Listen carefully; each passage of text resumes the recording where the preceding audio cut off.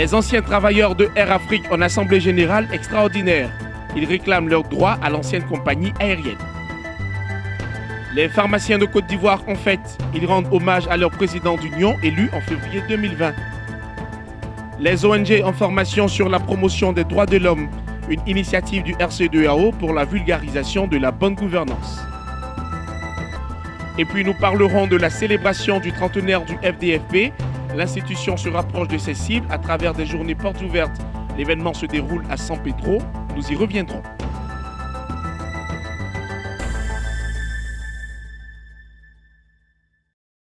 Voici pour le sommaire. Bienvenue à toutes et à tous. Nous ouvrons ce journal en nous rendant à Yamoussoukro, capitale politique de la Côte d'Ivoire, où l'école des forces armées de Zambakro a abrité ce jeudi une double cérémonie. Il s'agit du baptême de la 52e promotion des élèves officiers au nombre de 111 et la cérémonie de remise d'épaulettes aux élèves officiers de la promotion Amadou Gon Coulibaly ainsi que la 15e promotion des médecins. L'événement a été présidé par le Premier ministre Patrick Achi. Le compte-rendu de Charles Kouakou, commenté par Nadia Eounoud. À quelques encablures de la capitale politique Yamoussoukro, l'école des forces armées EFA de Zambakro. Ce jeudi, le Premier ministre Patrick Achi est témoin d'une double cérémonie. La remise d'épaulettes à la 52e promotion des élèves officiers et à leur baptême. Ici, Patrick Achi a prononcé la formule consacrée pour conférer le grade d'officier aux 111 stagiaires provenant de la Côte d'Ivoire et de plusieurs autres pays de la sous-région, parmi lesquels la 5e promotion des médecins. Médecins, élèves officiers et élèves officiers de la promotion Amadou Gon Coulibaly, au nom de son Excellence, Monsieur le Président de la République, chef suprême des armées, je vous nomme respectivement médecin lieutenant et sous-lieutenant et vous remet les insignes de votre grade. Ces élèves officiers et médecins portent le nom de leur parrain, le défunt Premier ministre de Côte d'Ivoire, Amadou Gon Coulibaly, de qui ils ont été invités à incarner des valeurs, loyauté à l'État, discipline, acharnement au travail, abnégation ou encore courage. Le ministre d'État, ministre de la Défense, Téné Birahima Ouattara, leur a rappelé les défis sécuritaires du moment. Vous intégrez le métier des armes dans une période dont les circonstances sont celles que j'évoquais à l'instant. Les défis sont nombreux.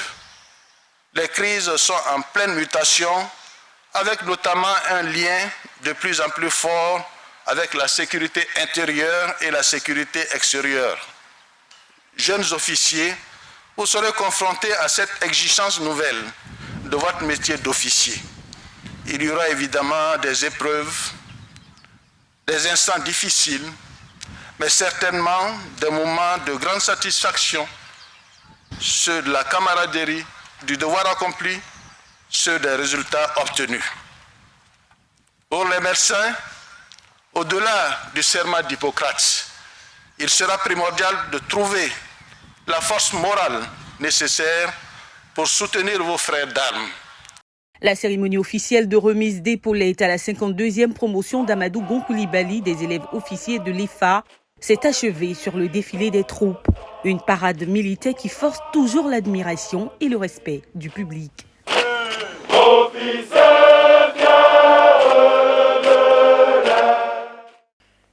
SOS pour le règlement des soldes et de tout compte des droits sociaux des travailleurs ivoiriens de l'ex-compagnie aérienne Air Afrique. C'est le thème de l'Assemblée générale extraordinaire qui a mobilisé les ex-employés ivoiriens de l'ex-compagnie à Abidjan récemment. Il était question au cours de ces assises de mobiliser les travailleurs autour du paiement de 9 milliards de francs CFA que la compagnie doit à 867 employés. Le compte-rendu de Pierre Tebeu. L'évocation de son nom rappelle une époque de gloire pour tout le continent. Après 42 ans de service, la compagnie aérienne Air Afrique disparaissait du ciel africain. Plusieurs pays membres ont pu régler les droits sociaux des travailleurs de leurs ressortissants. 20 ans après la liquidation décidée de la compagnie aérienne Air Afrique, les travailleurs ivoiriens sont toujours en attente de paiement des 9 milliards suite à la condamnation de l'État ivoirien.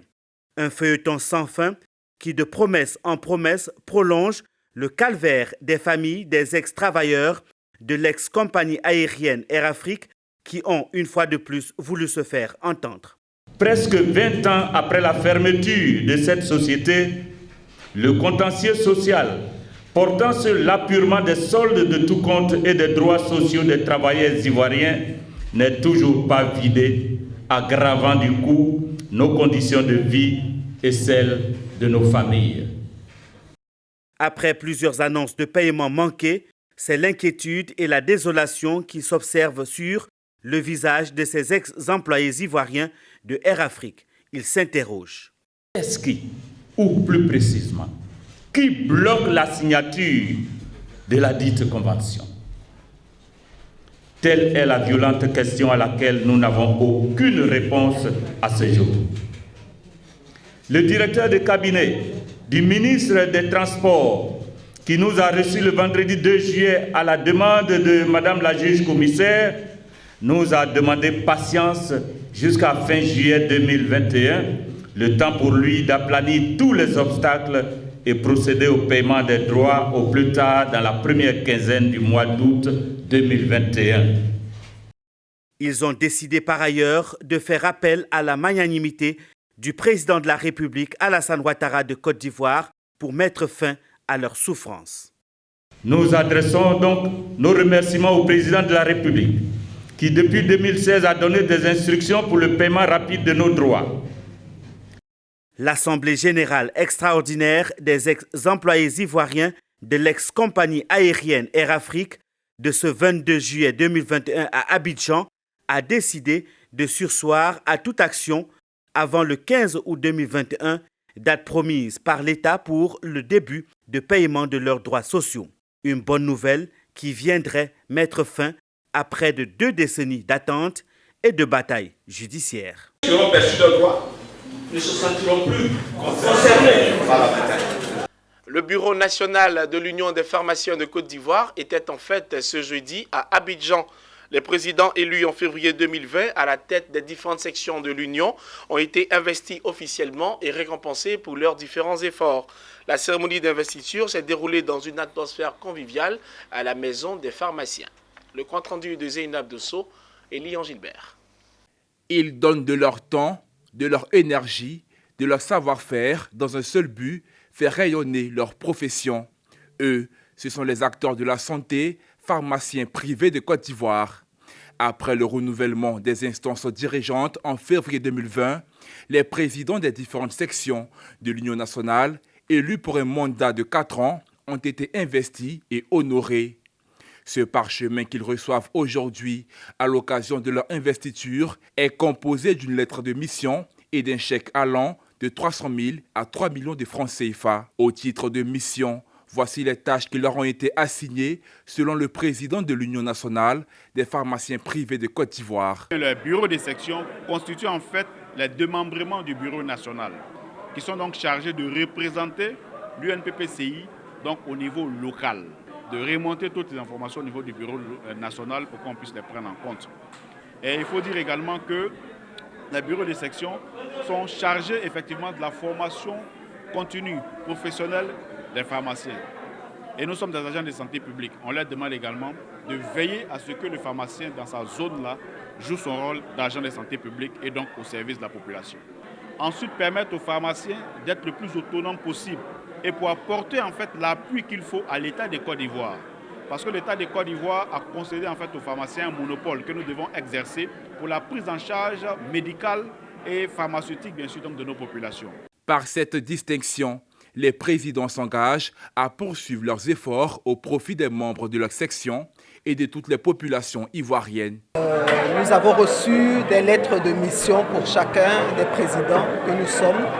Nous mettrons en tout cas, en ce qui me concerne, un point d'honneur à pouvoir atteindre des objectifs qui nous sont assignés. Je suis très heureux parce que vous savez, quand vous êtes élu par vos pairs et qu'après vous êtes investi, ça donne plus de poids à votre fonction Et ça vous donne effectivement aussi la notoriété d'aller vers vos confrères afin de mettre en place les textes. L'une des préoccupations de l'Union nationale des pharmaciens privés de Côte d'Ivoire, la question de l'entrepreneuriat. À cet effet, les pharmaciens envisagent des actions avec la FIPME pour initier une formation sur l'entrepreneuriat à l'UFR de pharmacie de l'Université de Cocody pour faciliter l'insertion professionnelle des étudiants. Un mot de justice dans cette édition en nous intéressant au métier d'agent d'affaires. Il s'agit d'un professionnel qui travaille sous couvert des gardes des Sceaux avec pour objectif de gérer les affaires et les biens des populations. Tout comme les magistrats, les huissiers de justice ou encore les notaires, les agents d'affaires sont des membres de l'appareil judiciaire en Côte d'Ivoire.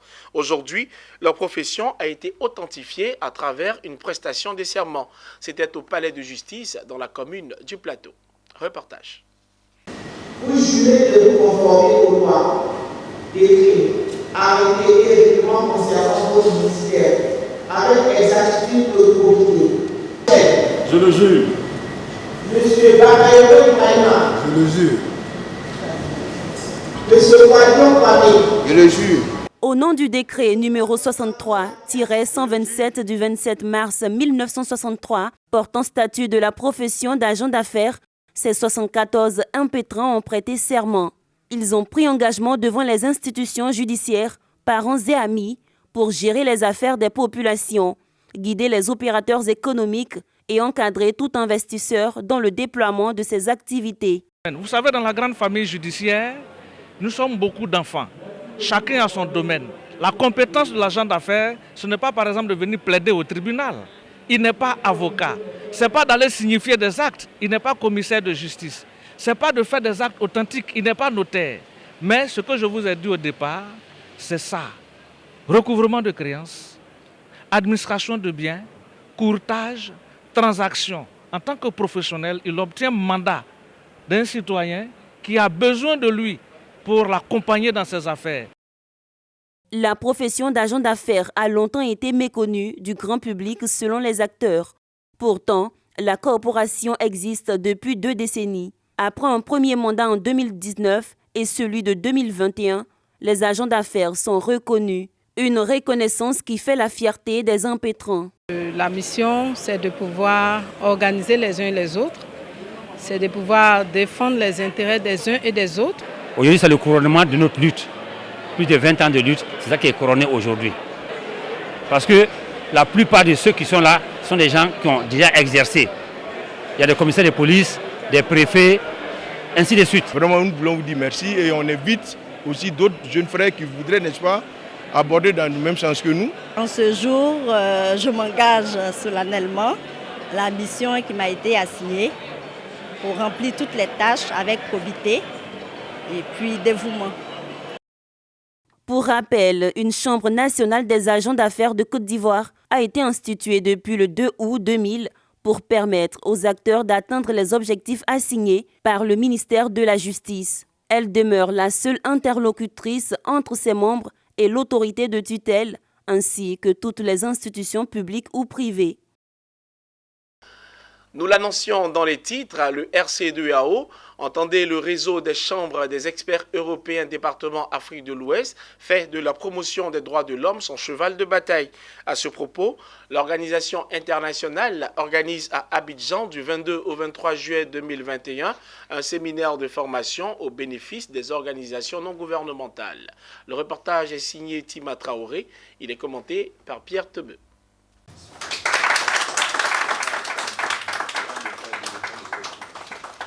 Ces applaudissements traduisent la satisfaction des ONG qui participent au séminaire de renforcement de capacité sur les droits de l'homme et l'implication des organisations de la société civile pour sa promotion. Les échanges se déroulent à partir d'un exposé effectué par Traoré Wodjo, expert consultant en droits de l'homme. Le conférencier a su mettre en lumière le rôle que doivent jouer les organisations de la société civile dans le cadre de la promotion des droits de l'homme. Il a partagé avec les ONG sa doctrine selon laquelle la société civile est le cœur de la démocratie. Le droit de l'homme, c'est tout ce qui est inhérent à la personne humaine.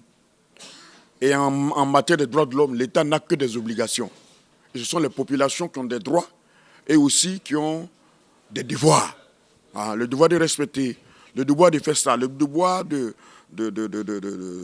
d'aller et de venir, de faire ce qu'on veut, mais dans le strict respect de la loi, le strict respect des droits de l'homme. Quand on le sait, on ne peut que mener des actions d'information. Nous le savons, et nous appelons les ONG à connaître les notions des droits de l'homme, à connaître aussi la notion de ce qu'eux ils sont. Qu'est-ce qu'une ONG? Une organisation non gouvernementale. Son rôle, c'est quoi? Son rôle, c'est de travailler à la mobilisation des populations. Son rôle, c'est de promouvoir et de faire protéger les droits de l'homme.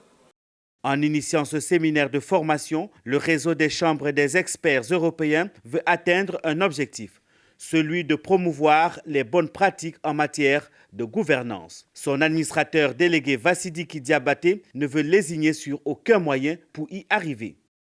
Nos collègues ONG d'Afrique, nous voulons leur apporter, nous voulons partager avec eux notre point de vue, nous voulons partager avec eux nos expériences, afin qu'eux aussi ils soient au même niveau d'information que nous. RCDAO fait de la prévention son activité principale.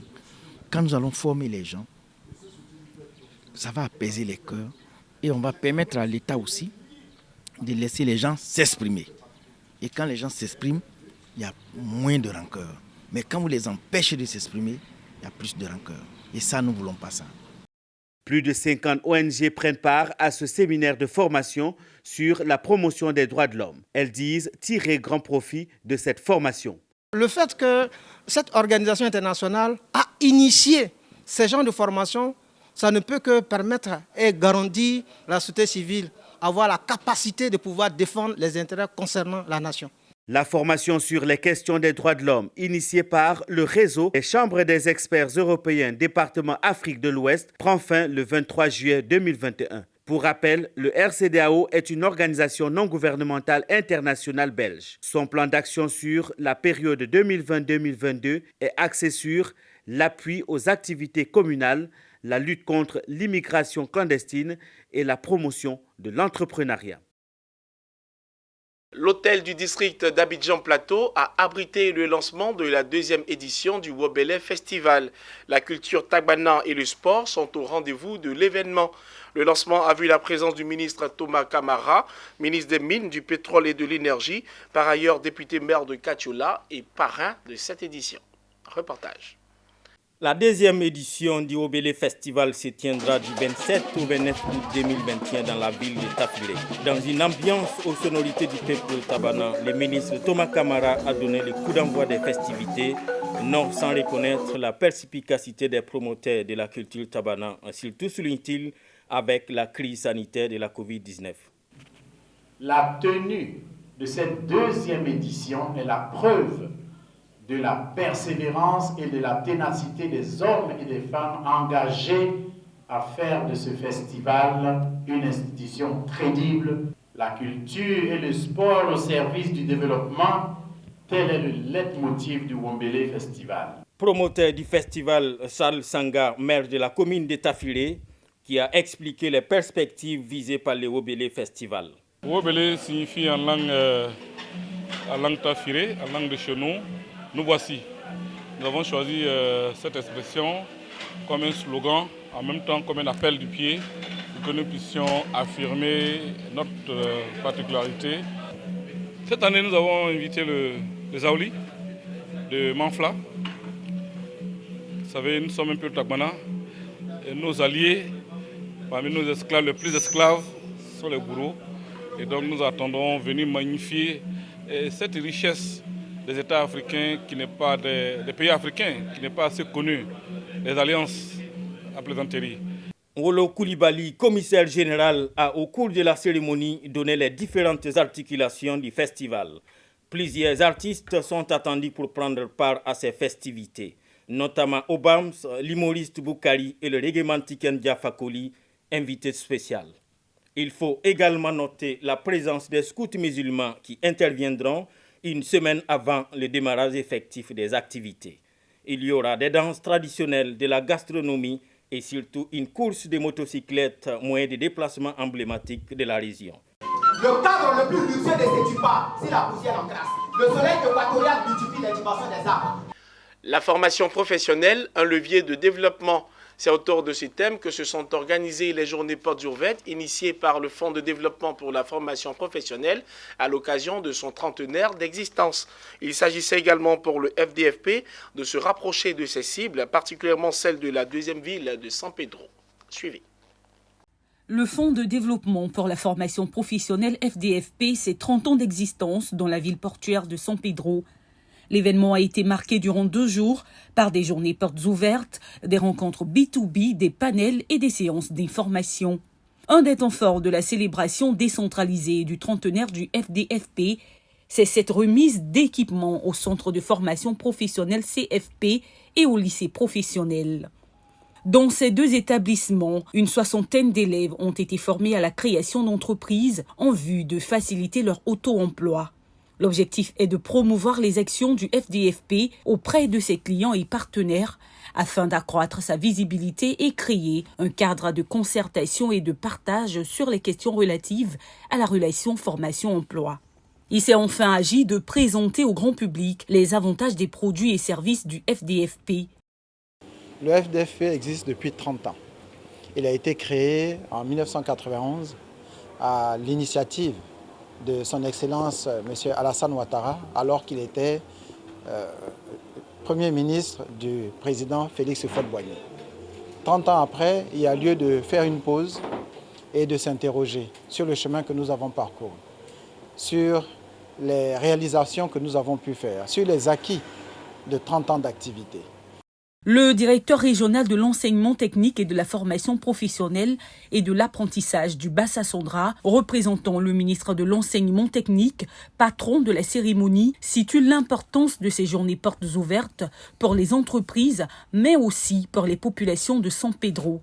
Pour les entreprises, c'était bon de renouer contact avec le FDFP parce que c'est les entreprises qui participent à travers la taxe d'apprentissage et les cotisations sur la formation professionnelle continue. En tant que structure de conception, d'organisation et de gestion de la formation professionnelle, le FDFP oriente, impulse et met en œuvre la politique de la formation professionnelle continue et l'apprentissage en Côte d'Ivoire. L'antenne de San Pedro a été ouverte le 28 avril 1999. Guassou est un programme de fidélité initié depuis août 2017 par la SAIC, entendez la Société agro-industrielle de la Comoué. L'objectif étant de récompenser les planteurs et les coopératives d'EVA qui se sont démarqués par la qualité et la quantité de leur livraison au cours des 6 derniers mois. Pour 2020, 488 planteurs et coopératives ont brillé dans cet exercice. Leur mérite a été reconnu récemment dans la ville d'Abengourou. Le commentaire de Pierre Tebet. Préfecture d'Abengourou, théâtre de cette cérémonie d'excellence. En présence des autorités administratives et politiques de la localité, la SAIC, Société agricole industrielle de la Comoué, a récompensé ses meilleurs producteurs d'EVA. Dans la catégorie des planteurs, Lamine Kofi s'est distingué par une livraison de 600 tonnes. Je suis très content et je pense encore vraiment peut-être en 2021 on va doubler encore l'effort. Cette prime à la production s'étend aussi aux coopératives. 5 ont séduit par leur labeur. Parmi elles, Capressa et la Scoop GPH. Nous, ça nous challenge davantage parce qu'aujourd'hui, nous sommes encore plus équipés. Nous avons reçu des kits, nous avons reçu des motos, des tricycles, même des camions. Nous avons livré plus de 12 000 tonnes pour l'année 2020. Chaque fois qu'on reçoit une récompense, cela démontre que le travail, l'effort que nous fournissons n'est pas vain. Pour le premier responsable de la compagnie promotrice de Guassou, ces lauréats sont le témoignage d'un appui social aux producteurs d'EVA. Les premiers changements qui ont été apportés, c'était qu'on a aidé presque 10 000 planteurs d'EVA pour l'ouverture de son premier compte bancaire. Les regards sont tournés vers l'édition 2021 de Guassou, une année qui marque les 5 ans de la SAIC. Voilà qui met un terme à cette édition. Merci de nous avoir suivis. Bonne suite de programme sur Business 24 Africa.